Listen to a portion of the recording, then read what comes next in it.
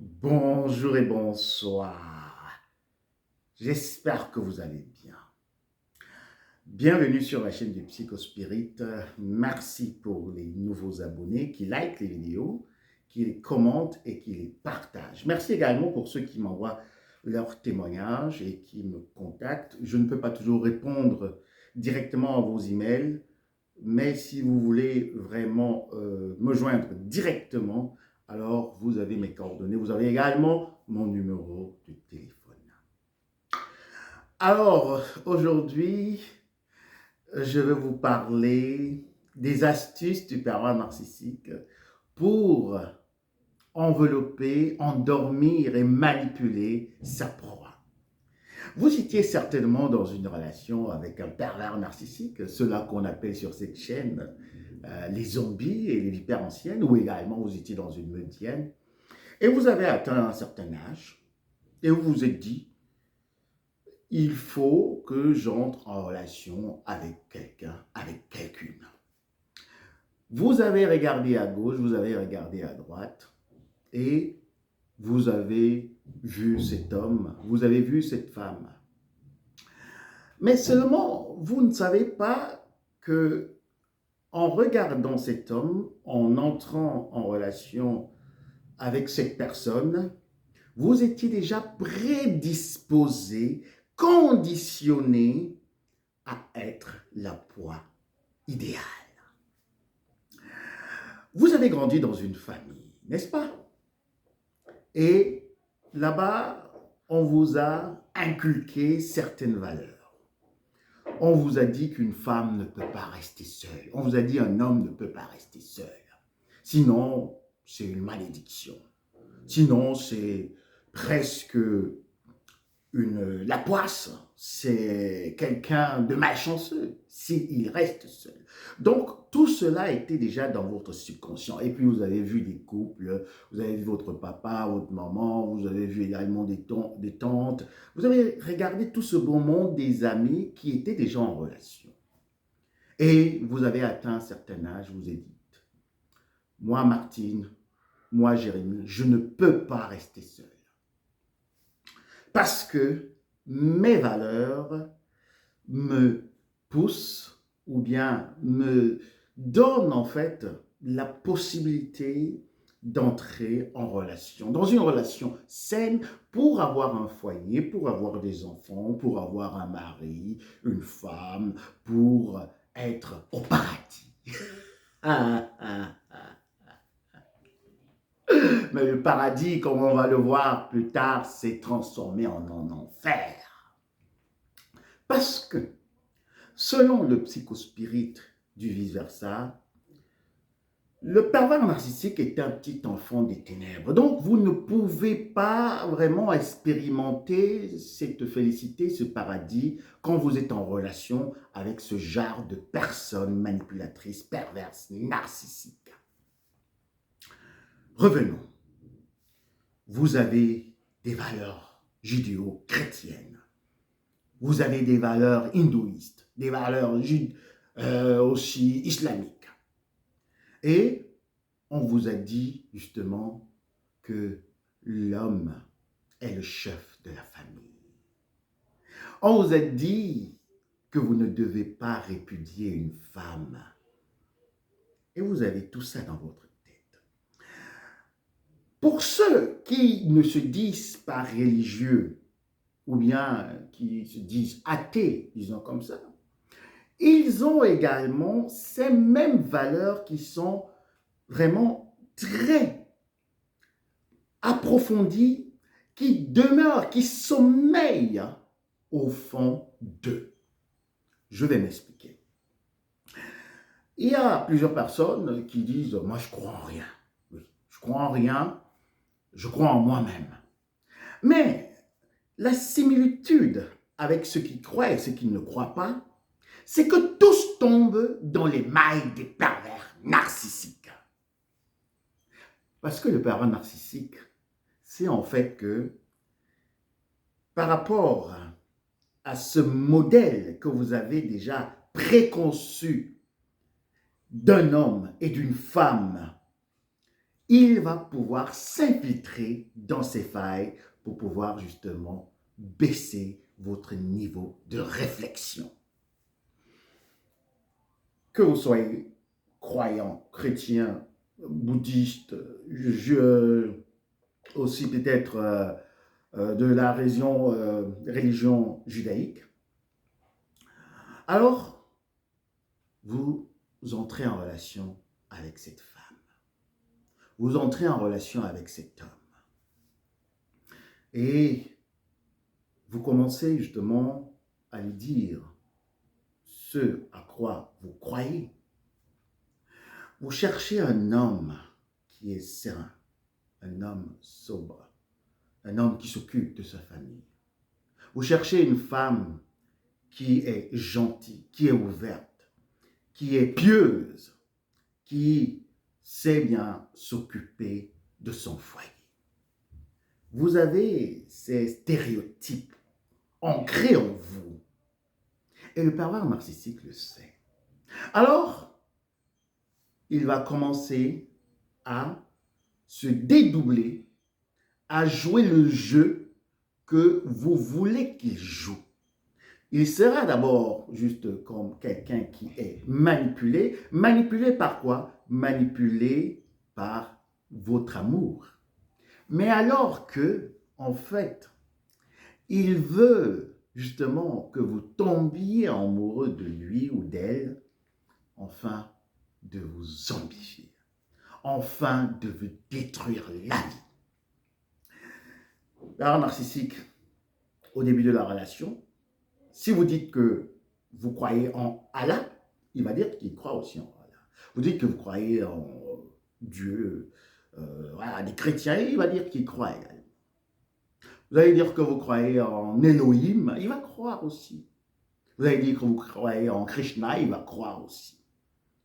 Et il va justement vous appâter par justement ces valeurs que vous avez au fond de vous. Il va justement vous enfumer par rapport à cela. Parce qu'il va être au départ un homme très soucieux qui est toujours aux petits soins.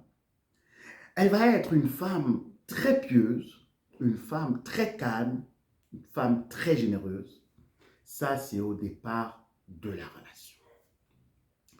Et dans d'autres cas, le pervers narcissique va vite faire d'intégrer et de s'infiltrer dans votre cadre religieux pour aller justement continuer ce travail d'acteur qu'il sait bien faire.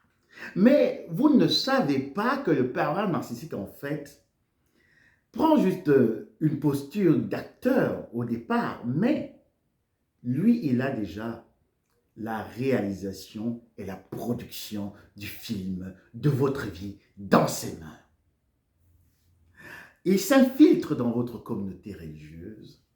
Il joue le pieux, elle joue la pieuse, il joue l'affable, l'aimable, celui qui est toujours là pour aider. Et justement, il gagne toutes les personnes de votre communauté. Et le pervers narcissique, justement, dans sa stratégie, sera le premier à se plaindre, comme vous le savez. Parce que, en fait, il sait que par rapport à vos valeurs, vous allez avoir un motif de conscience qui va vous condamner à rester dans la relation. Par rapport à votre croyance, vous allez rester dans le dogme et fermer les yeux même sur ce qui se passe dans votre relation. Le pervers narcissique connaît les textes anciens, les textes religieux mieux que vous. Et il sait que ce sont ces textes religieux qui vont vous empêcher de partir. Parce que, en fait, ce sont vos valeurs qui émanent de ces textes religieux. Vous avez un homme affable, vous avez une femme pieuse, vous avez quelqu'un qui est toujours là, prêt à aider les autres. Vous avez justement cette représentation de Dieu sur la terre. Parce que le pervers narcissique est en fait l'ange des ténèbres qui s'habille en ange de lumière, qui se déguise en envoyé de Dieu. Parce que, justement, vous étiez seul et vous vous êtes dit, vous Marie, vous Pierre, que cet homme, cette femme qui entre dans ma vie est quelqu'un qui va venir m'enlever le probe du célibat, le probe d'être une femme qui n'a pas d'enfant, le probe d'être une femme qui n'est pas épanouie, qui n'a pas de foyer. Donc, ça veut dire que c'est l'envoyé de Dieu. Ah, ah, ah. Vous avez cru que le pervers narcissique est l'envoyé de Dieu. Mais si on va un peu plus loin, on va voir que vous êtes resté dans cette relation pas par rapport à vos valeurs, à vous, vos propres valeurs, mais par rapport aux valeurs religieuses qu'on vous a incrustées dans la tête.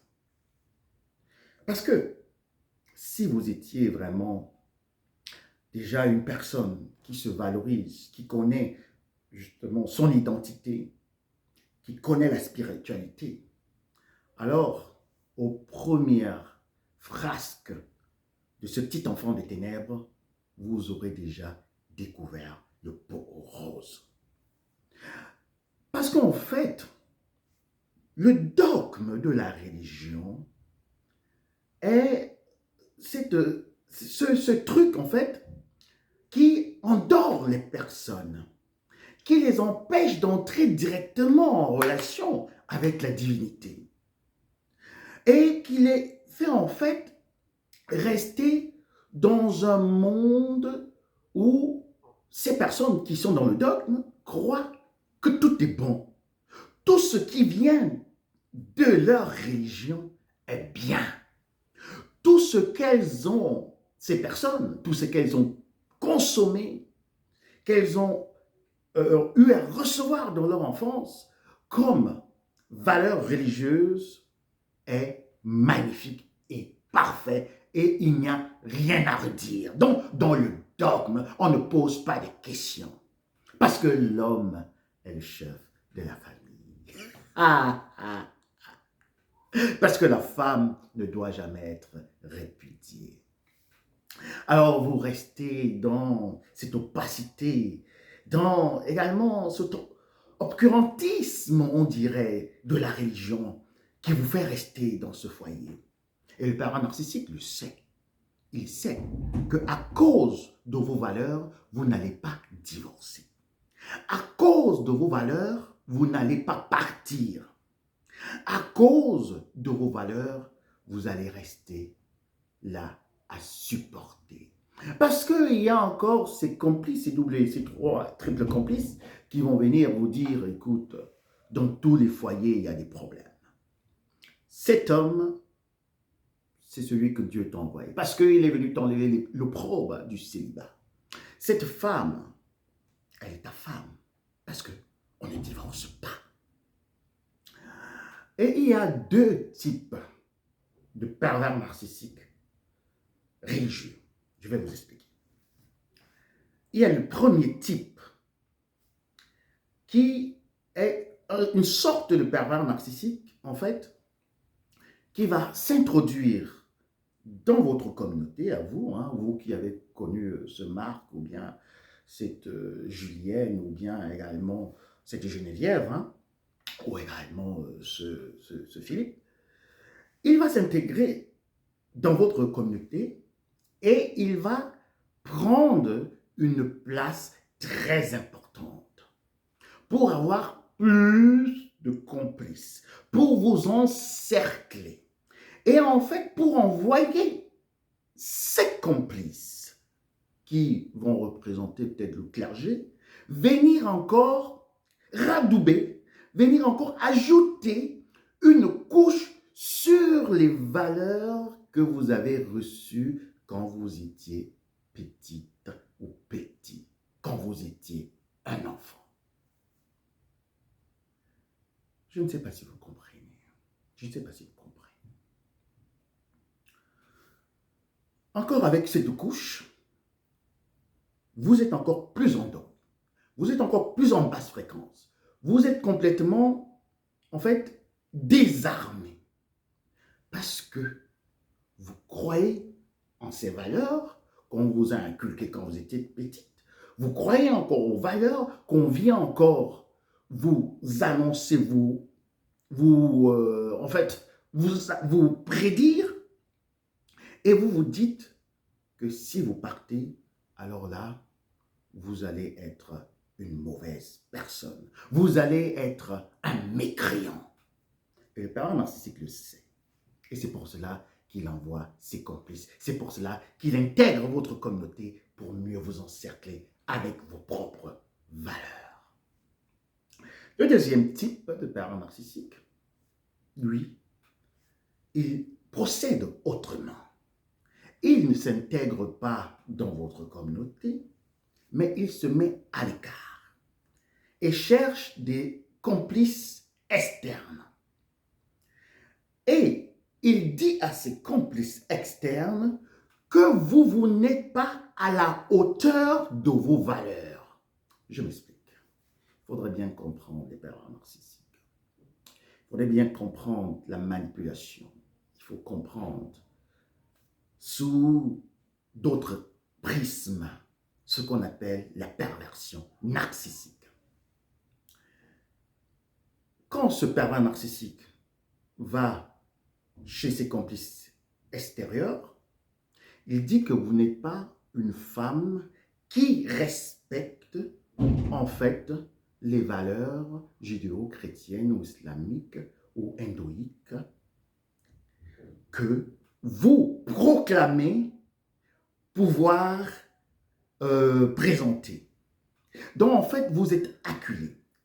Il y a quelqu'un dans votre relation qui vous déshumanise, qui vous ridiculise, qui vous zombifie, qui vous prive de votre sommeil, qui se comporte comme une vermine, un serpent, un reptilien, un enfant des ténèbres, un zombie.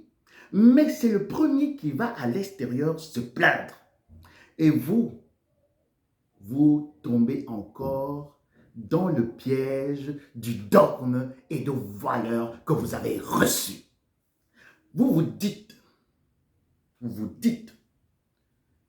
que même si un homme est, on va dire ici, il est méchant, même si un homme n'est pas croyant, avec votre posture de femme pieuse, vous allez pouvoir gagner cet homme.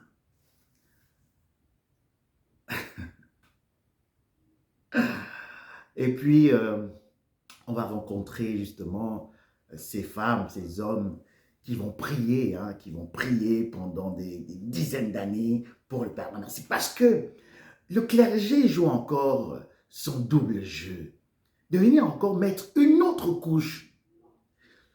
Vous fermez carrément les yeux, afin que vous soyez dans l'aveuglement, que vous soyez dans les ténèbres. Et quand vous êtes dans les ténèbres, vous êtes avec qui? Vous êtes avec le petit enfant des ténèbres qui, lui, il voit dans les ténèbres et vous ne voyez pas. Donc, ça veut dire que vous êtes doublement manipulé et vous êtes complètement bouffé dans le noir. Si vous marchez dans l'obscurité avec un aveugle, il va s'en sortir. Et je prends juste un petit exemple. Je suis allé une fois dans un restaurant on appelle la Vache Noire. Le restaurant s'appelle la Vache Noire.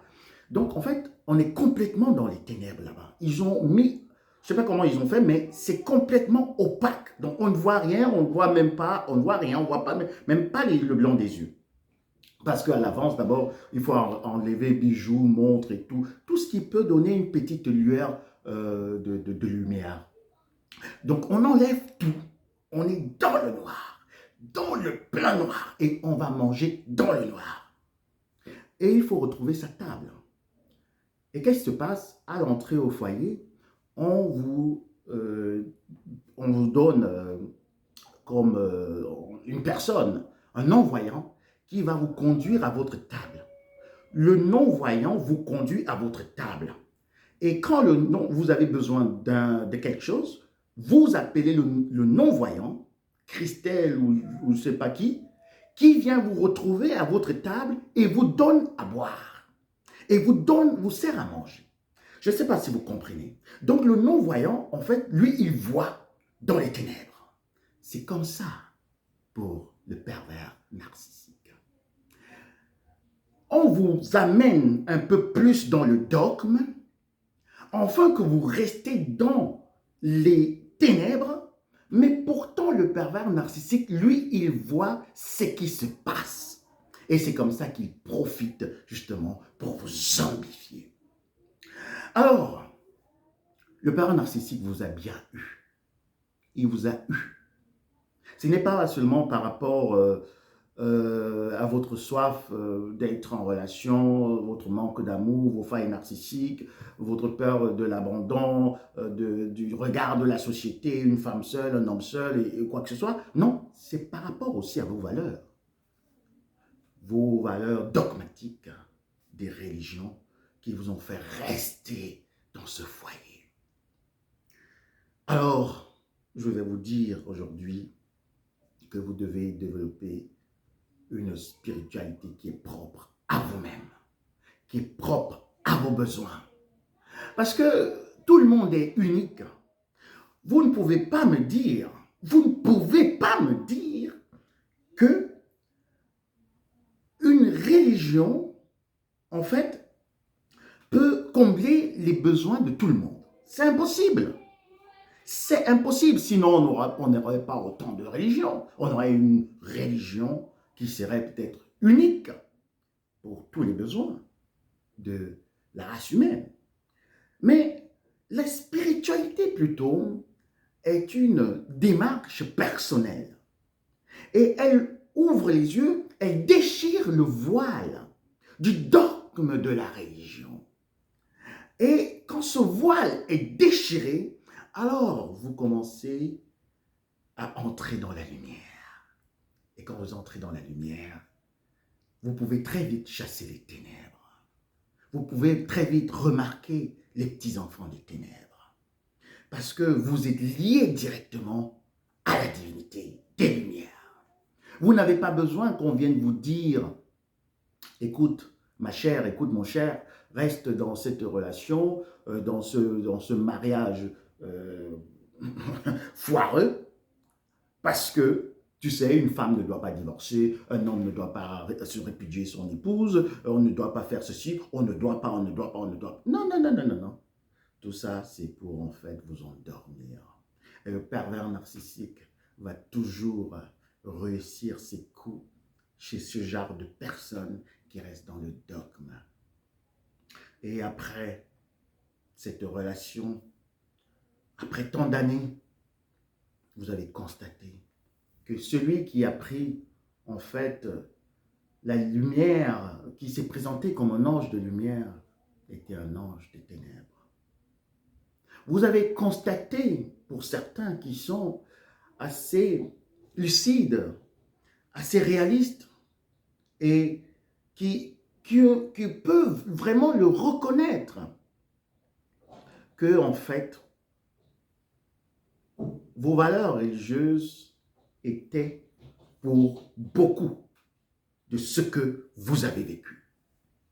Parce qu'on est venu encore par le biais de vos membres de famille, par le biais des clergés, par le biais des spectateurs, des téléspectateurs, des doubles et des triples complices, venus encore en rajouter une couche, deux couches, trois couches, pour que vous restiez justement dans les ténèbres de cette relation qui a failli vous détruire.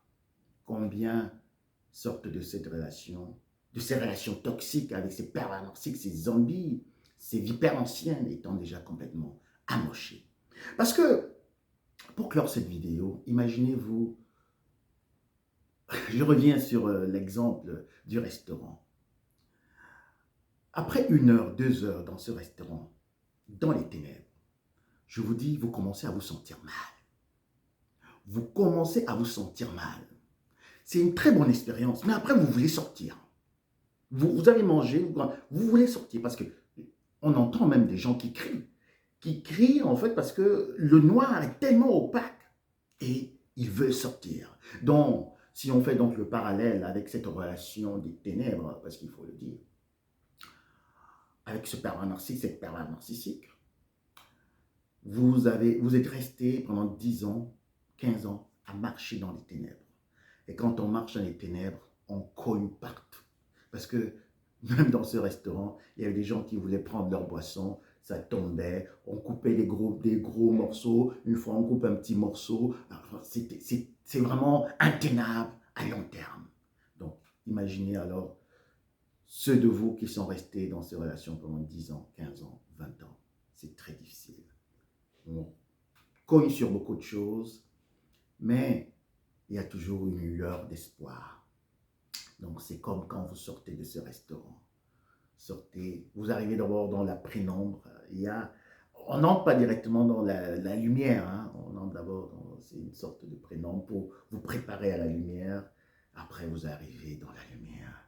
Et quand vous êtes dans la lumière, vous constatez tout ce que vous avez renversé. Et vous commencez à faire un travail, justement, de ramassage, de déblayage et aussi de jeter à la poubelle tout ce qui n'est pas bon.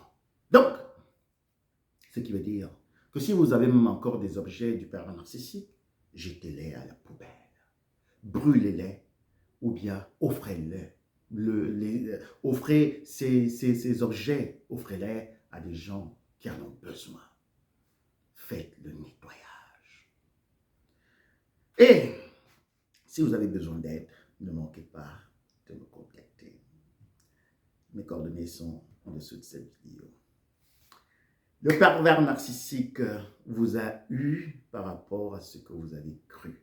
Mais maintenant, vous devez d'abord croire en vous-même et croire également à la divinité des Lumières pour pouvoir avancer. Je me réjouis de vos commentaires. Bienvenue sur la chaîne du Psychospirit. La perversion narcissique sous d'autres aspects. Je vous envoie un gros bisou. À très bientôt. Bye.